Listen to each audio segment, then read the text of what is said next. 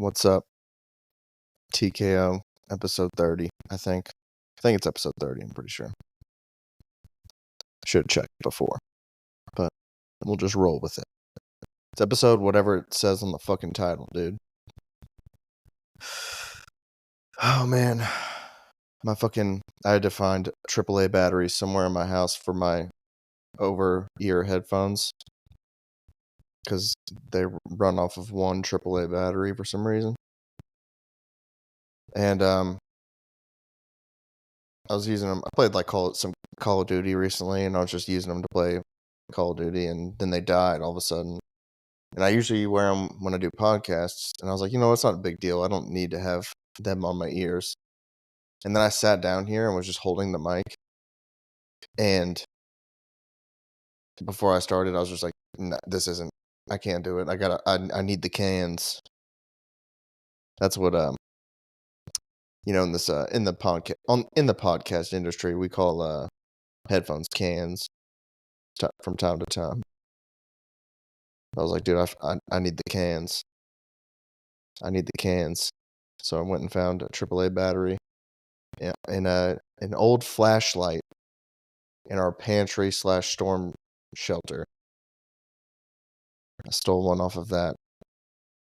Hopefully I remember that if there's ever a terrible storm and we retreat to the storm shelter and we go to use the flashlight that I've been robbing AAA batteries out of. Babe, sorry, I was podcasting and playing Call of Duty. I needed AAA batteries. I need my AAA batteries. But no, I do like having the headphones on because the weird thing about the podcast is I have to keep the mic further away from, because I don't edit this at all. You guys are getting raw, uncut footage from the ill mind of Scott Walker. I don't know how to edit it. I don't cut anything out. I don't bleep anything. This is one take freestyle. But if I have a issue with the microphone because I feel like if it's I want it to be quieter, so I have to hold it kind of like at my like belly button level. I'm like laying back on basically like a twin bed in my front guest room / office area. But if I hold the mic like I do when I do stand up, it's way too loud. So, and when I started stand up, I had a problem of holding the mic too low, like just chilling it on like on my belly like a like a fucking otter cracking an oyster. But no, when it comes to podcasting, I have to go otter mode. I have to I have to hold the fucking microphone around belly level instead of my usual stand up. You guys probably don't give a shit about this. I get that. But I'm just trying to paint the picture of what's going on. I might tell some fucking embarrassing stories. I mean, they're not even like great stories. It's just stories of me being a fucking moron, honestly. I'll probably circle back to those later, but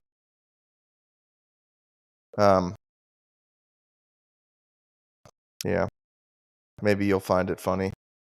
I don't know if I should be saying some of the things I plan on saying into a microphone onto Spotify. But I'm being transparent with y'all. This is TKO. You guys are getting the most raw, uncut version of Scott Walker. Period. Like, you guys know me better than a lot of people know me. Like, people think they know me. They don't know shit, dog. Have you listened to TKO? No, exactly.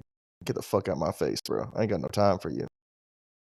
If you ain't tapping in weekly, then fuck you. It's TKO or die. But man, a lot has changed since the last episode.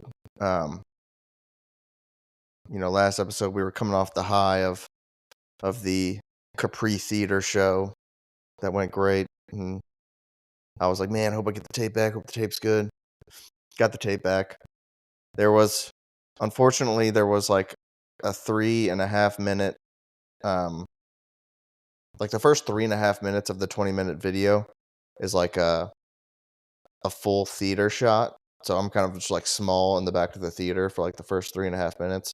And then it zooms into like a zoomed in 9:16 ratio or whatever. I don't know what the fuck. It's not 9:16. It's just a zoomed in camera angle of me doing stand up.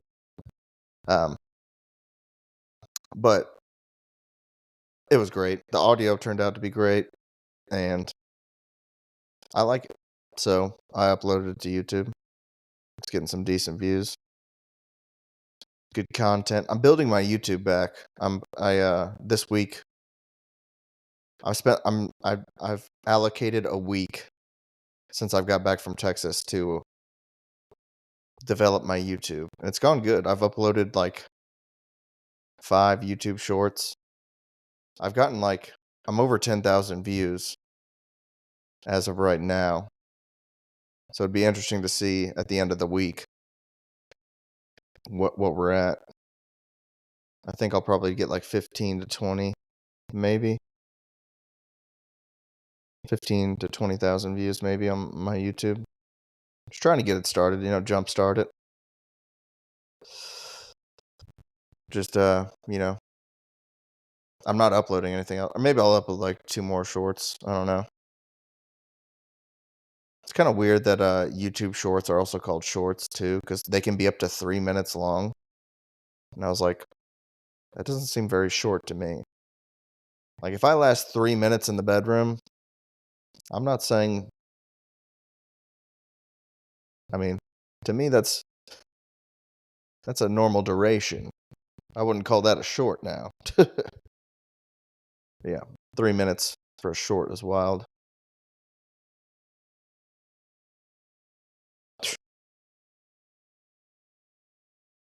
But yeah. So check out my YouTube if you want to watch some of my shorts or some of my long form sets. Just YouTube Scott Walker comedy. This guy recorded a house show of ours and uploaded one set of mine on his channel, and he also used comedy in the title, which I don't. It's usually Scott Walker and then like Capri Theater, or I have 2 sets that was like one was recorded in Louisiana, one was recorded in Alabama, and I just called them Drunk in Louisiana and Drunk in Alabama. But I don't put comedy in the title. But this guy uploaded a video of me. It's a Scott Walker house comedy show. So now he's like the top tier on the search algorithm for Scott Walker comedy. I'm just like, damn it, dude. I don't want to put comedy in the title of my videos. And why is this guy? I don't know. I could ask him to take it down, but I don't know. The more my content is out there, the better, I guess. I don't really give a shit whose channel it's on. Who gives a fuck, man? Okay, so plug my YouTube, check. Then after, I guess I recorded this a week ago. Maybe it was Sunday or Tuesday. I think I recorded on Sunday. Yeah, definitely Sunday. And then Wednesday I flew out to Austin, Texas. Yep. The state capital of Texas. The Lone Star State. And I flew out the same day. I landed there around like 2:30 and flew back the next day before 2. So I was there for like 23 hours basically. And it was dope. I flew out there to do a stand-up comedy showcase at the Creek in the Cave. The world famous Creek in the Cave. Used to be in New York City. Now it's in Austin. It's been in Austin for like 5 years maybe or something. Since the pandemic. It's where Shane Gillis filmed his YouTube special. His first YouTube special live in Austin. And it was fucking dope. Austin's sick. Austin is like Nashville, but not as country. It's still country, and it's still very into like live music and stuff, but it's It's also very into comedy. Like, there's a lot of comedy shit going on there. There's mad comedy clubs. It's almost too saturated comedy-wise. Um, but it was cool. While I was there, I went to a sauna cold plunge place called Contrast ATX. Shout out to Contrast, man. I went there both days. I spent like an hour there each day, just bouncing back and forth between a traditional sauna to a legit cold plunge that was at like 40. I think it was at like 45 degrees the first day and like 42 the second day. And bro, I've never done a legit cold plunge before. That's just next level. Since I got back to Auburn, I did one cold plunge where I upped the conditions. Like a 40-degree cold plunge, once you get around, like, if you come out of the sauna, like, if you come out of a 200-degree sauna and you sit in the cold plunge for, like, by minute, like, 3 or 4, you start getting, like, you start shaking. It's so cold. I couldn't imagine getting in at just normal body temperature. Like, it'd be hard to last, like, 2 or 3 minutes. It was dope as fuck, though. I'd do 15 minutes in the sauna and then 4 minutes in the cold plunge, and I did that, like, 3 times each day. Because I had an hour each day. But man, it was fucking awesome. I wish they had one of those here in Auburn, dude. I would be your first subscriber, dude. I'd be your number 1 member. It annoyed me so much that I've, like, was debating opening up a side business, and I was like, dude, I don't have enough time to do a fucking sauna cold plunge place. And, like, the amount of time and capital for, like, this would be, like, a side gig for me because I have a full-time job, and I was like, and then I wouldn't be able to do comedy, like, this would be, like, my new hobby, and I was like, no, I don't wanna sign up for that bullshit. Or I could just be, like, an absentee owner where I just have, like, a college student work there during store hours. I just want it to exist in town so I could use a sauna and cold plunge. I don't wanna invest the capital into, like, starting it. But, it was dope. And legit cold plunges are insane and amazing. It's like a psychedelic experience.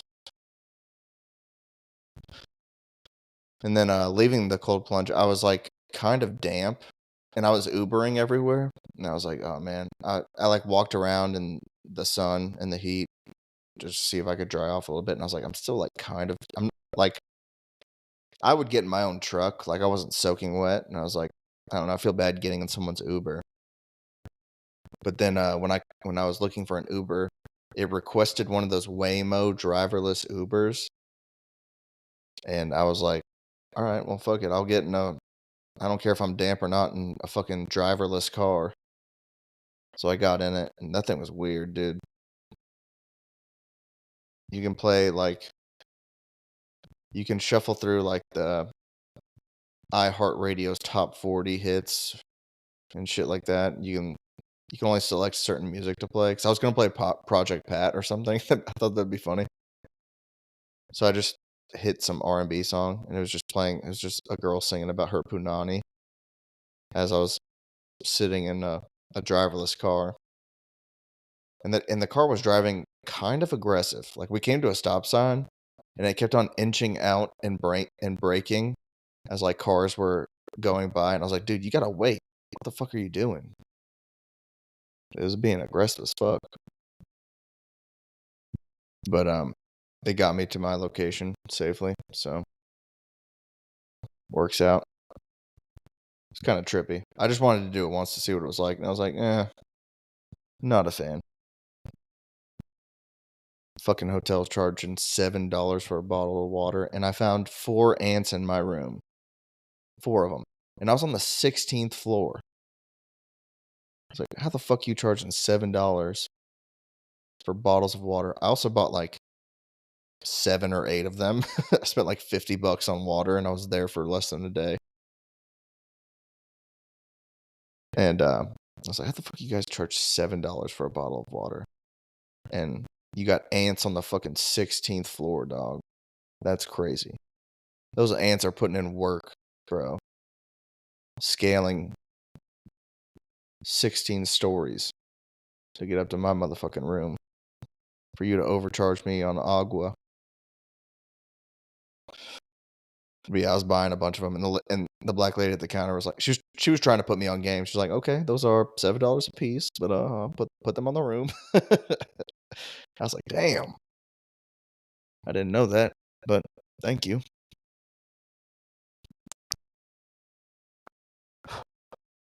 Yeah, I walked around, got a dope ass burger at a place called Casino El Camino.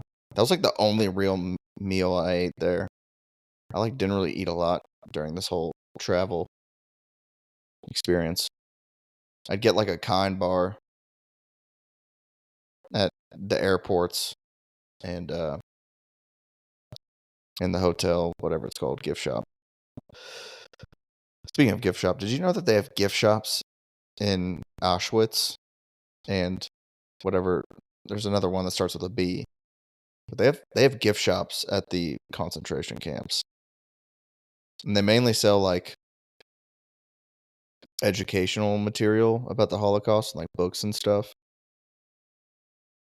And that's the only place on Earth where you can get a good jar of Jew teeth. That's where I got my jar of Jew teeth. What they sold like, no. All right, we'll move along.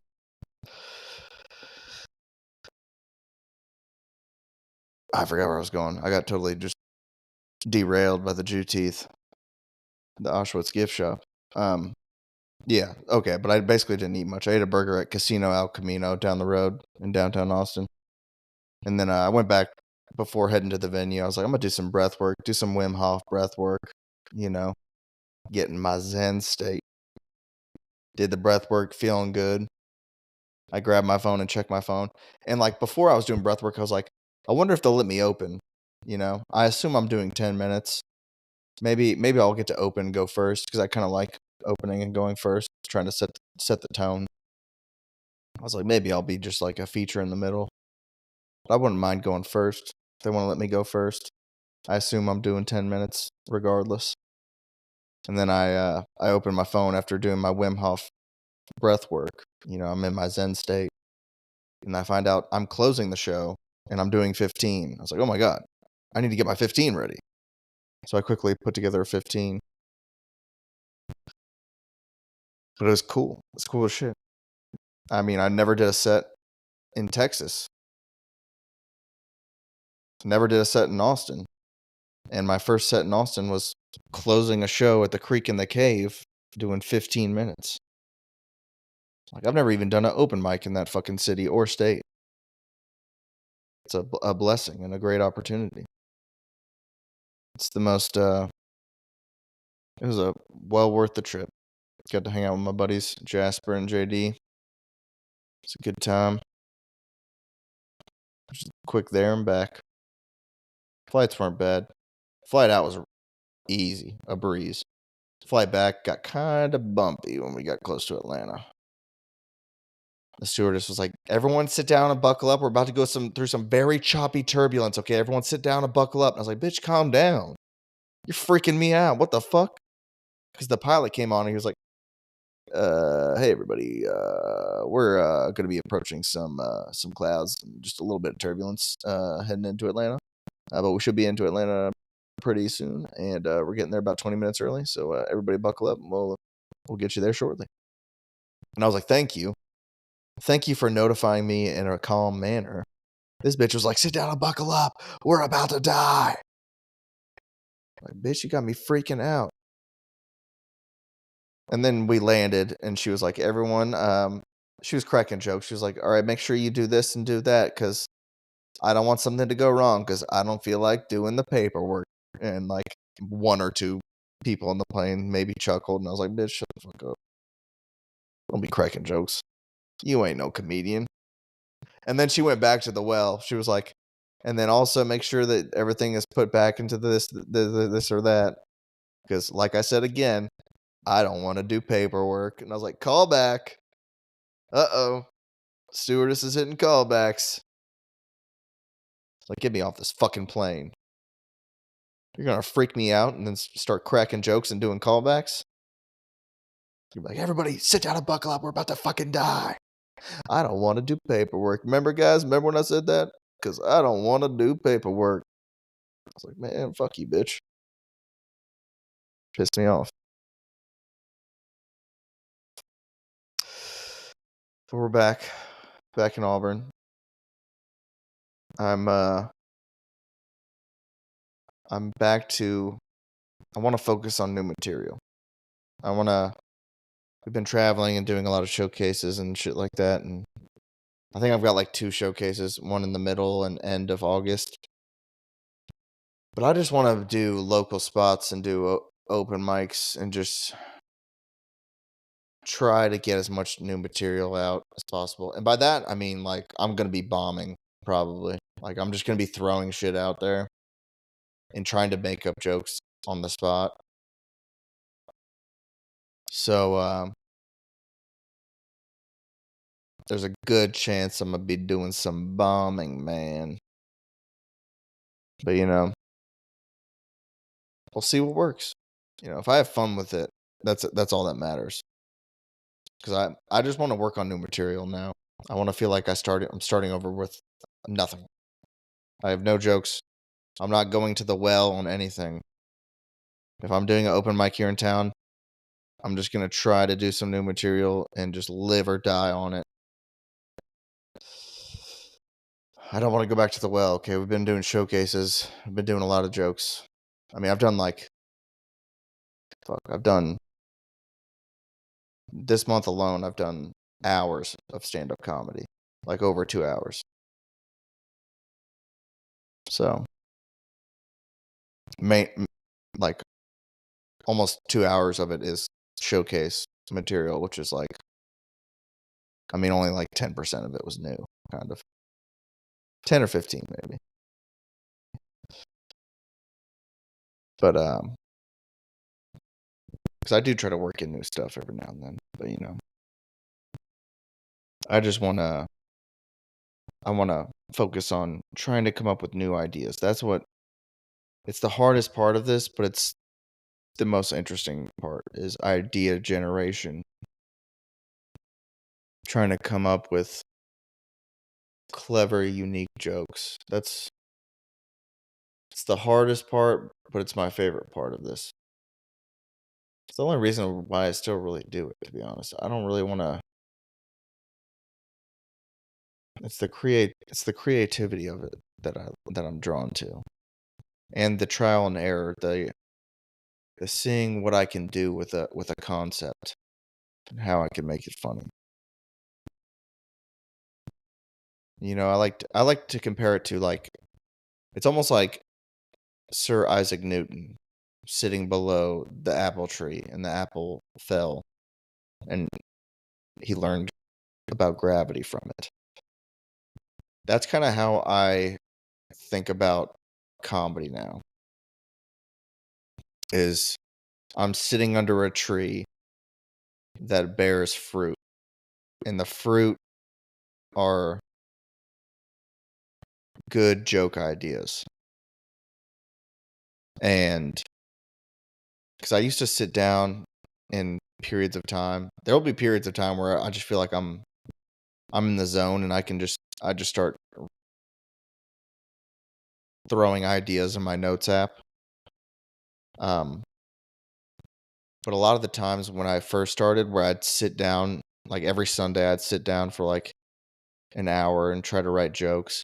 I'd get frustrated because I'm like, I'm sitting here, I'm trying to get the joke to come out, but they're not coming out. I can't think of anything funny. And then it'd make me mad. I'd be like, am I not funny? I can't sit down and think of funny things. But all my best material just comes to me if I'm just like in an open mind state. Like, I'm not actively trying to force the ideas out of me. They'll just come up. if I'm just thinking about things.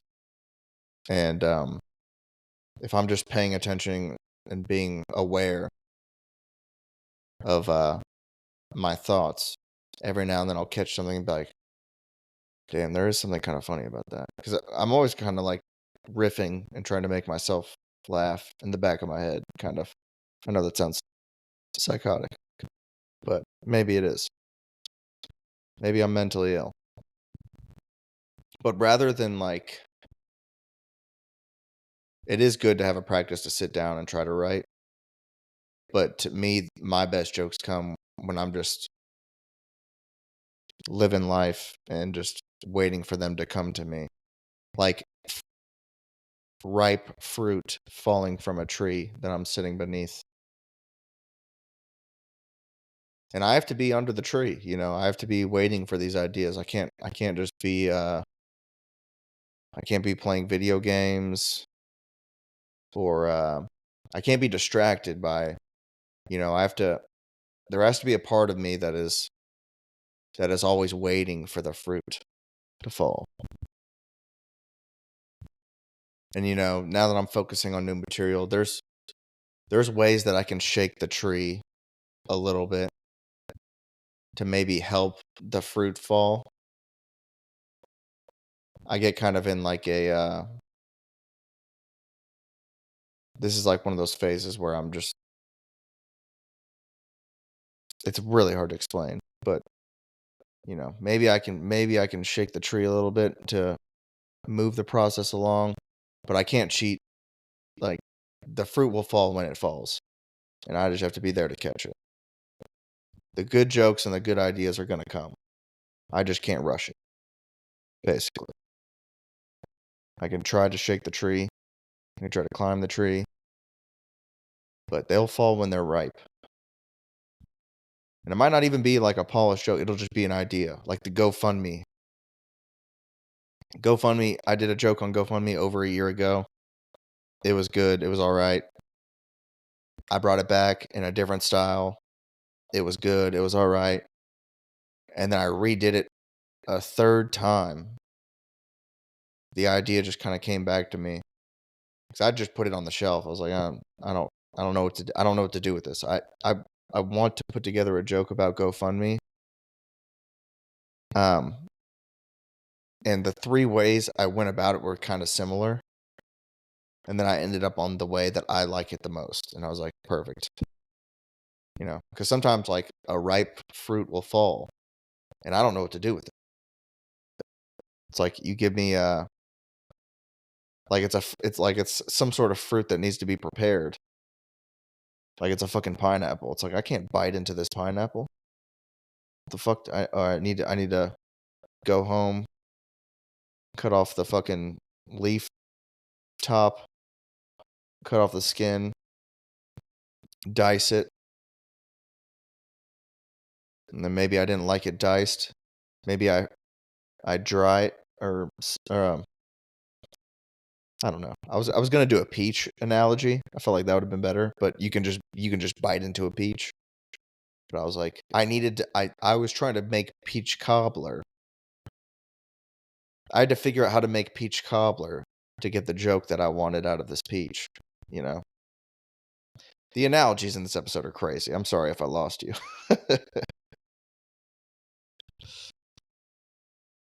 But I'm not in a rush, you know? That's one thing. So I have to take time and wait for the fruit to fall into my basket. The good ideas and the good jokes and the good premises, they will come in time. They will come. I'm 2 years in. It's been a good 2 years. We're on track. We're on schedule. Don't have to rush anything. We're getting good material as we need it. Because some people they're rushing into things they're not ready for. And that's not me. You know. I don't wanna go audition for the Tonight Show. Or I don't wanna go audition for Netflix. Something with Netflix or something. It's like I'm not trying to knock on doors that I'm not ready, like, I'm not ready for. In my mind, I mean, like, could I do good? Perhaps. Am I supposed to be there? No. I'm 2 years into comedy. So, relax, you know. Guys, there's guys that start comedy for, like, I mean, 2 months, and they're like, "Alright, time to go do Kill Tony. I'm ready. I'm ready for millions of people to see my stand-up." It's like, "Dude, really? You're only 2 months in? Have you bombed yet? Have you even done really good yet?" And people get into comedy and just start posting things immediately. I at least waited, like, 9 months. I was trying to wait up to a year because I've always heard comedians say, "Don't post anything in your first year, because your first year, you're terrible." But my first 2 things that I posted in my first year went viral on Instagram, so I feel, uh, what's the word? Validated, I guess, in posting those. So I was like, "I think people will like these." But yeah, it's crazy to see people post. I mean, people post crazy things. I mean, not gonna lie, after, like, yeah, I have posted a few things and then taken them down because I was like, "That is a crazy thing to post." One of them I liked is a joke about Bill Cosby, and, like, I jokingly admit to 3 sexual assaults. That's not a good, it's a joke. Okay. It's a weird way to summarize the joke, but it is the joke. And the joke actually did well the couple times I did it, but I don't even tell that joke anymore. I forgot about that joke until just now. It's not a good one. I'm not bringing it back. But, I went through some trial and error stuff, but, you know, who cares though? Fuck it. Who gives a shit? If you're an open mic comedian, you just started, fuck it. If you wanna post, just post. Who gives a shit, dude? If you wanna post a fucking half-cooked joke, go ahead. I've got 1 or 2 that probably don't need to be out there, but who gives a fuck? Nobody cares at the end of the day, brother. I'm doing this for you, and, my cat is fucking coughing in the background, if you can hear that. It's pretty awesome, I come here to do a podcast, and all 3 of my cats are fucking in here, coughing up fucking hairballs and shit. She doesn't cough up hairballs, but she clears her throat, and, it's quite the ordeal. Spotify's probably blocking out this noise anyway. But yeah. But don't rush into things you're not ready for, dude. Don't start comedy and, like, 3 weeks in and be like, "Alright, well, I guess it's time to send my tape out to, Netflix is a Joke Fest and Moon Tower Fest." You know? I'm not in a rush on this. I'm not ready yet. We're we're just sitting under the tree. Thankfully, my tree bears good fruit. I'm getting good ideas out of this tree. Alright, well, maybe I'll tell you guys some fucking stupid ass stories. I was thinking about this recently because my buddy said he woke up blacked out. He woke up from a blackout, like, not really knowing where he was. And there was only one time that ever happened to me. One time, these are just terrible stories about me being a dumbass when I was young. And, well, 2 of them are from last year. Actually, 3 of them are from last year. Okay, 3 of the 4 are from last year. I was like, this is just me being young and dumb. I was like, well, 75% of these stories are within the last calendar year. But this one, I was actually in high school. And this is the dumbest one. Um, I woke up in my bed, not knowing how I got in my bed, and the side of my fucking face hurt. This is a stupid story. I shouldn't even fucking tell you, but I'm just gonna tell you. And, I was like, "What the fuck?" I was like, "I don't even remember coming home last night." And I was like, "How the fuck did I get home?" And I was like, "Oh, I feel hungover." And the side of my face hurt so bad. It's like, "Oh my god, my jaw and my cheek are so, like, I'm in pain." I was like, "Dude, somebody hit me in the someone smoked me in the face last night." Like, I got punched in the face, and I was like, "Who the fuck punched me, dude?" And then I'm, like, slowly trying to recall information about last night, and I was just, like, very vaguely in the back of my head, I was like, "I think I let somebody punch me last night." And then, um and then I texted my friends, and I was like, "Hey, did I let somebody punch me in the face last night?" And they were like, it was just like a friend hangout. There's like a group of my like closest high school buddies and like girls that went to our high school. We're at like we bounced between like two parties, and I was drinking and smoking too probably. And I'm just vaguely I have a vague idea of like I think I know I got punched in the face last night. I'm pretty sure I did. And I have a slight idea that I think I might have let somebody punch me in the face. So I texted my buddies and they're like, "Yeah, you were pretty fucked up and you were walking around." I like walked around and asked all my buddies if they gave me 20 bucks, I'd let them punch me in my face as hard as they can.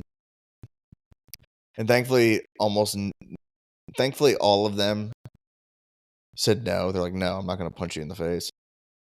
And then one of my buddies, Cole, was like, "I don't have 20 bucks. I have 10." And I was like, "Fuck it, let's do it." I was just drunk and fucked up and I was like,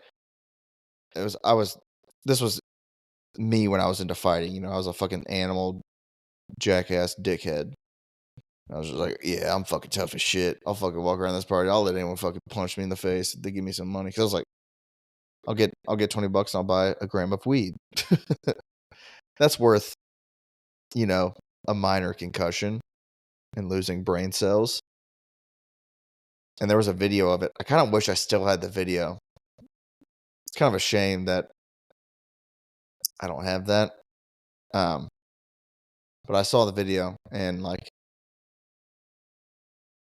I mean, he crow hopped into it. He took like a running jump step, haymaker, right hand on, and I just had my jaw hanging. I just was hanging my jaw out there for him just to tag it. A crazy move. I don't know why I did that. This is literally the most stupid thing I've ever fucking done. And I like almost fell down, and then I was like, "It's so fucking stupid." And then I was like really really fucking drunk, and then I'm sure minorly concussed from that. Like I was like I almost got dropped from it. Like I stuck my chin out for him to run into a haymaker on, and it was a solid punch. Respect to Cole. I mean, he made it count. But and then I drove home, and I think just between me being drunk and fucked up, and also maybe some cerebral issues from eating a haymaker on the jaw, I just I just fucking went to bed, I guess, which was a bad idea. I don't think you're supposed to do that when you get rocked. Um, I didn't get knocked out or anything, so I don't think I was like, if the head trauma was minor, probably.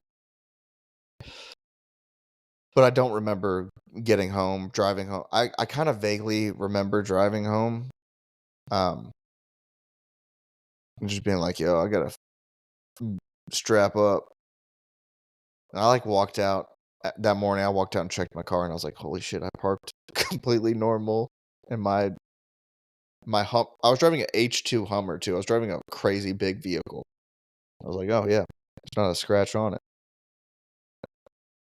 So, and then I got $10 and I bought half a gram of weed with it. And that was the stupidest decision I ever made. Just ate a haymaker, drove home, ate a haymaker for $10. It's kinda crazy. I mean, I've been punched in the face an insane amount for free also. So maybe it's not the dumbest thing I've ever done, but I mean, I was defenseless the way I just, like, put my hands behind my back and stuck my jaw out. Like, it was a dumb way, like, the worst way to eat a punch of all time. But yeah, that was a stupid story about how I let somebody punch me in the face for $10. Um, yeah, so maybe you laughed at that. I don't know. I'm just gonna rip through some stories. Some embarrassing fucking I mean, this is gonna be a stupid pod. Um, last year in November, there's a music festival called Obfest here in uh Auburn, where they do like live music. And last year they did like comedy in like a little side tent area, which was like it's called the Vibe Tent, and the vibes were weird in the Vibe Tent. It was a weird little comedy show. And then like the main stage where they had music was like sick. But also it's good that they didn't put us on the main stage because that was just not the vibe. If we got up and did comedy on the main stage at Obfest, it would not vibe well with the crowd. It's a music festival. I wanted to go back in the spring and just not do comedy just to hang out and get fucked up, but I ended up going to Biloxi and getting fucked up and gambling. But in the fall, the first time I went, it was so much fun too. And I was like, you know what? I'm not even gonna drink. Not even gonna drink. You know, I'm only 10 minutes from home. I could have some drinks and just drive home after. Not even gonna. You know. Instead, I'm gonna eat shrooms and try ketamine, which I didn't really plan on. Um, but yeah, it was like right before. It was like a little bit before my set. I think I was like maybe the third or fourth guy up. I was like, yeah, I'll eat just a couple shroom caps, and then I'll go up and I'll do my stand up comedy, and then when I get off, they'll start kicking in, and then I get up there and I start doing my comedy, and like literally a quarter or halfway into my set, they just start kicking in, and I was like, oh man, I fucked up the timing on this. But I didn't really give a shit about my set anyway. We were doing like 7 minutes, and I was just like, I'm just gonna get through this and then enjoy the festival. And then I'm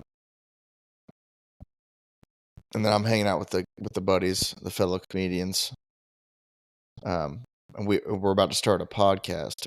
Uh, I've guest appeared on my buddy Charlie Guerrero's podcast called Charlar, like 12 or 13 times, I think. I don't even know.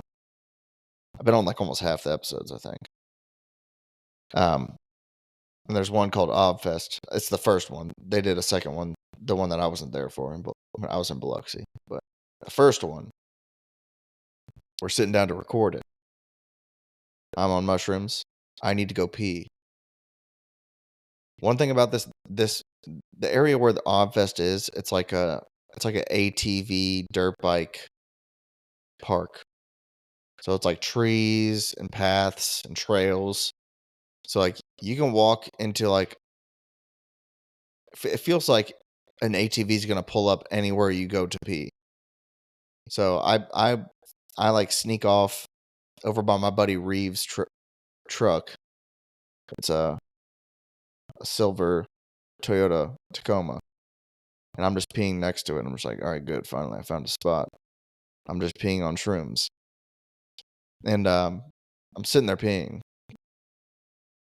and then as I'm finishing, I'm just looking at the ground, and then I just look up, and maybe like 50 feet in front of me, I see just like an elderly white lady's face poking out from a tree with just like a disgusted look at her face.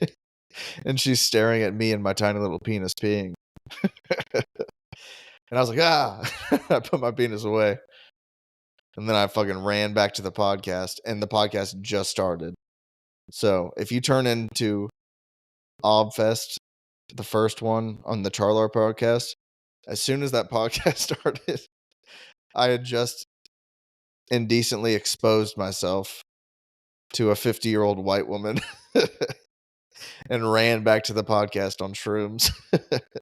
The worst way to start a podcast. I literally started like, oh my God, yeah, I just went pee over there. Some lady saw my tiny penis. It's a fucking diabolical way to start a pod. All right, we're just burning through these embarrassing stories. That was a couple weeks before the Louisiana trip, which I've talked about.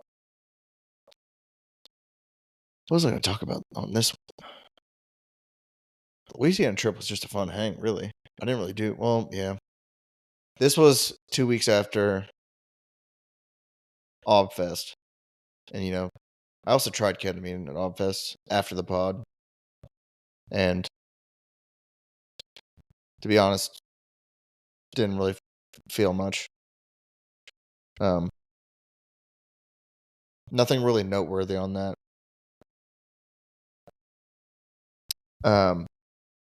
Like you do kind of feel like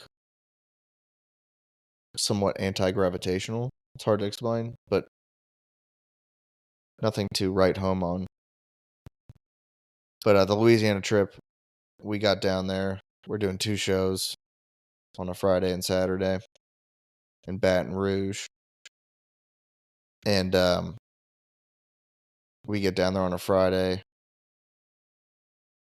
We start drinking a little bit. And then we go to the first show. And it turns out both of these shows are at like sandwich shops, which sounded weird. They turned out to be amazing shows, like phenomenal shows. Like my set Drunk in Louisiana was to like a dope, basically sold out room, and it actually turned out to be amazing. But when I found out we were doing sandwich shops, I was like, this is such a fucking crazy ass out of town comedy trip we're doing. But it was like all the homies, like all the homies. And we were just, I considered it like a comedy vacation. I was like, it's kind of an inconvenience that we have to do comedy, but it turned out to be really fucking fun. Because before each show, I was like, why can't we just like hang out at the house and like not do comedy? But then both shows turned out to be fucking awesome. I crushed on both. But the first night, we got tore up. We got drunk before, during, and after the first show. And I mean, we also finished the supply of ketamine that my buddy had, that we previously tried at Obfest weeks prior. Because he had like old ketamine from the dark web or some shit, that he since no longer has access to. So we finished that on, I guess, the Friday night. Because some of the people stayed up till like 2. I was like, I'm going to bed. I can't remember. Yeah, the first night we stayed up too late. Yeah, we partied too hard the first night. Because I didn't sleep in. I got up and like went for a jog to try to like work off the hangover. Everybody was struggling the second day though. We recorded another episode of Charlar called the Baton Rouge tapes, I think. Day 2, around like 4 or 5, because we were like, we need to start drinking or something. And our energy levels, we even talk about it on the pod, we're like, our energy levels were low. We're like, man, we went too hard last night. But starting to drink again and doing the podcast, we like started riffing and having a good time, laughing and getting a little buzzed. And they were like, "All right, we're ready." Like we totally bounced back, just podcasting and drinking. And then we went to the second show. Second show was even better than the first one, packed. That's where I posted my Drunk in Louisiana set from. I was fucked up. Like I was probably like I don't even know how many high noons deep. I was probably like 10, at least 10 high noons deep. And I was cruising in that one. And all the homies did well. I was in a good mood because I felt like I crushed. And I was joking around and I was like, dude, we should go to a strip club. Because we were watching the Jake Paul Mike Tyson fight. It was on at the venue. And I was joking around. I was like, yeah, we should go to a strip club. And I went to the bathroom to go pee and wash my hands. And then when I came back, they were like, they had a strip club picked out. The female comedian that we were with, she knew of one, was like, we need to go there. We need to go there. And I was like, what the fuck? I was joking, guys. I don't actually want to go to a strip club. I'd rather go home to the house and party at our Airbnb than go fucking blow money at a strip club. But that's not what happened. We ended up blowing money at a strip club. We walked in, and I mean, as soon as we walked in, the people that were running this was me and my buddy Travis. As soon as we walked in, because me and Travis Johnson, the homie, we kind of, I guess, took it upon ourselves to run the show that night. The other people that were with us was the other comedians were Tyler Fomby, JD McKenna, Charlie Guerrero, and the female comedian that picked this place out was Nico Brooke, and she brought her boyfriend, who was a photographer and buddy of ours. And so me and Travis knew that JD McKenna and I don't know if I should be saying their full names, but okay, so our buddy JD and our buddy Charlie. JD had never been to a strip club before, and Charlie had only been to one, but like not like the experience he got that night, because as soon as we walked in, Travis gets two girls. The private dance room is on the second floor. Travis goes and gets two strippers, sends them up with Charlie. Me and JD go to a bar, and we're getting drinks, and a stripper comes up and talks to me. I don't really want to talk to her. I just hand her money and I say, take this boy up. And I send JD up. And then for the next 2 hours, as soon as either Charlie or JD got to the bottom of the stairs coming down from private dances, one or two strippers were waiting on them to take them right back up. And I mean, we just threw money. We spent over $1,000 easily. I spent over $700. And I didn't get a single dance. I got a couple drinks for me and I think a couple buddies. I think I just used card on the drinks. But cash on dances, we were just sending Charlie and JD, like, it was comical. Like, there was one point where we were like, where are all the strippers? And there was only like one dancing on a pole, and I was like, oh dude, we have all of them tied up. They're going like two at a time up there with both of our buddies, and then like one or two are waiting on them to come down. So we just like dominated the strip club. And it's kind of funny because the strippers were asking my buddies, they're like, is that guy in the black t-shirt like your boss or something? Because they thought I was like, I guess, bankrolling this situation. I was like, because I didn't get a single dance either. I was just throwing money at my homies to get dances, but it was funny as fuck. And I think Travis told one of the strippers that Charlie was about to get deported or something. We just like made up stories. And one stripper was telling one stripper was telling Charlie about her book, and Charlie looked it up on Amazon. But yeah, we ended up spending a lot more money than I planned on that night. But it was to entertain my buddies, you know. It was for them to have. You know, these are two of my close buddies. Never been to a strip club before. You know, give them a crazy experience. And I'm not really into the fucking strip club thing. I just sat there at the bar lining up dances for the other guys. It became a bit. It was a funny bit. But yeah. That was the Louisiana trip. It was a good time. You know. If you don't feel like if you're not into the whole strip club thing, just throw money at your buddies to get private dances. It's funny. And then a month after that, damn, bro. November and December were crazy.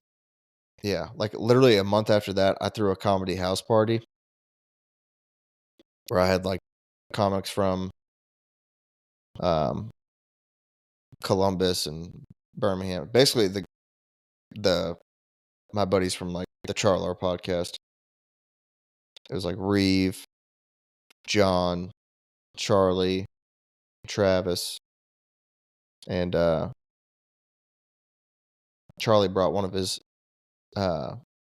buddies from school, Dylan, who's a TKO listener. Shout out to Dylan. He's one of the OG ones. Like he gave me the whole Q&A episode. That was all Dylan. Shout out to Dylan. Dylan threw out some good info. Good questions, good topics to discuss early in TKO. I think it was episode 2 or 3. Shout out to Dylan. Representing TKO in Michigan. And then I think my buddy James Etcherson and his girl came by too for a little bit. They were there. And I don't think anyone else came. Oh yeah. JD McKenna also. But yeah, we just got trashed here at my house. I ended up puking. I pulled the trigger on that because I was off the Woodford Reserve. And then one of my buddies, I'm not gonna out him. We'll keep it I'll keep his identity disclosed, but he also puked in front of my couch and then peed himself on my couch, which I cleaned up with the proper sanitation materials. I went to Publix. Oh, dude, I was so hungover. I was like not in the mind. I ordered breakfast for all the guys that slept over because we just got fucking trashed here at my house. I just ordered another broken egg, and then I went to Publix to get something to clean the vomit up off the rug, and then I ended up using it for the pee on the couch cushion also. But just navigating Publix cleaning supplies like in the most hungover state was terrible. And I was like standing next to a lady that worked there, and I was like looking at cleaning stuff, and I was like, "Oh, this cleans up vomit, urine, and blood. That's crazy. All right, I'll take this." And she probably thinks I like killed somebody. I'm like, "Oh, this even cleans up blood. Sick." And then I checked out and used that. Yeah. So that was all the times I got fucked up and trashed in November and December last year. But yeah, I forgot to say after the Obfest thing, at that Obfest festival, they have the biggest bonfire I've ever seen. Like it almost it's like half a football field length. And like the flames are 100 feet high. I've never seen a fire that big before in my life.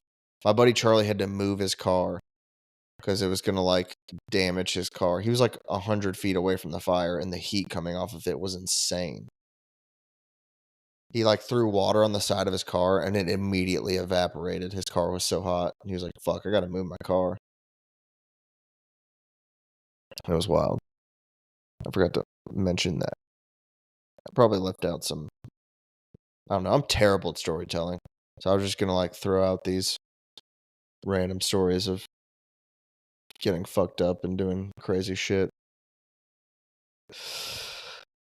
Because I have crazy life experiences. I'm just not a good storyteller, and I'm not good at articulating them. That's where the problem is. But you know what? I'm having a good time and enjoying the experience. And the comedy house party in December. I'll probably do that. I want to do a comedy house party kind of every year in December. I feel like that closes out. It's just a good way to wrap up the year. Something about just like Christmas and New Year's. There's something about I love that time of year. Just finishing up a year, just reflecting on the year, and to spend it with friends would be cool. Especially the comedy buddies. Since we're all in the comedy grind. This week we're actually going to instead of everyone puking and pissing in my house, um, some of the comedy guys rented up a lake house on Lake Martin Friday to Sunday.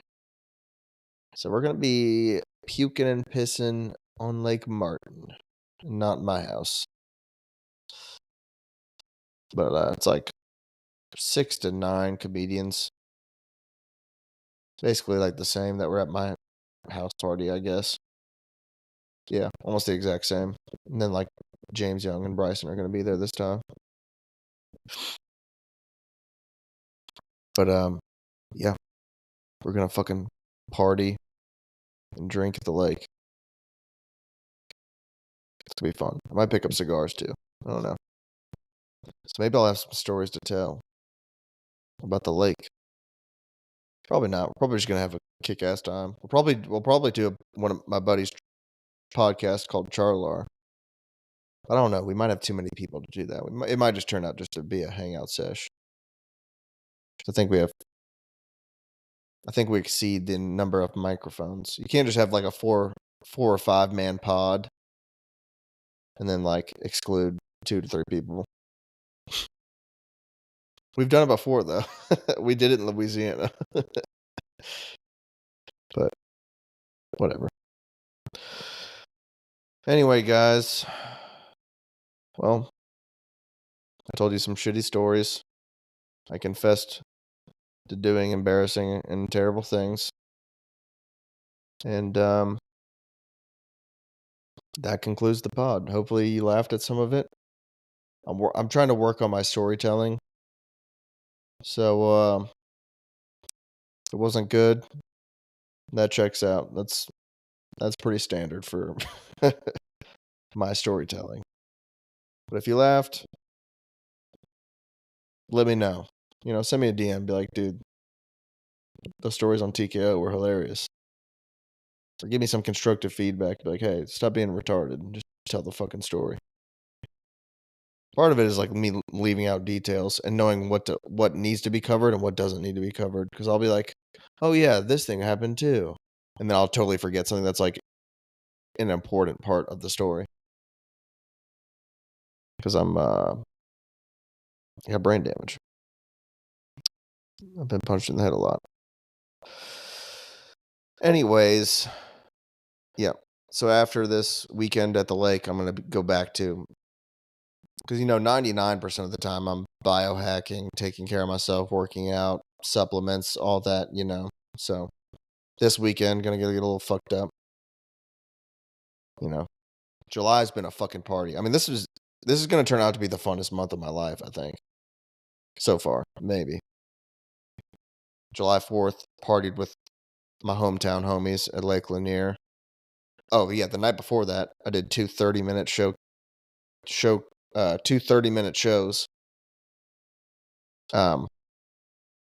Booked by the Comedy Zone. It was like my first real felt like a professional comedy gig. Doing 2 30-minute feature sets. The day before, driving up to July 4th, Lake Lanier, partying with the homies. Great times, great vibes. Coming back the next 5 days later, July 9th, dropped 20 at the Capri Theater in Montgomery with the homies. Crushed.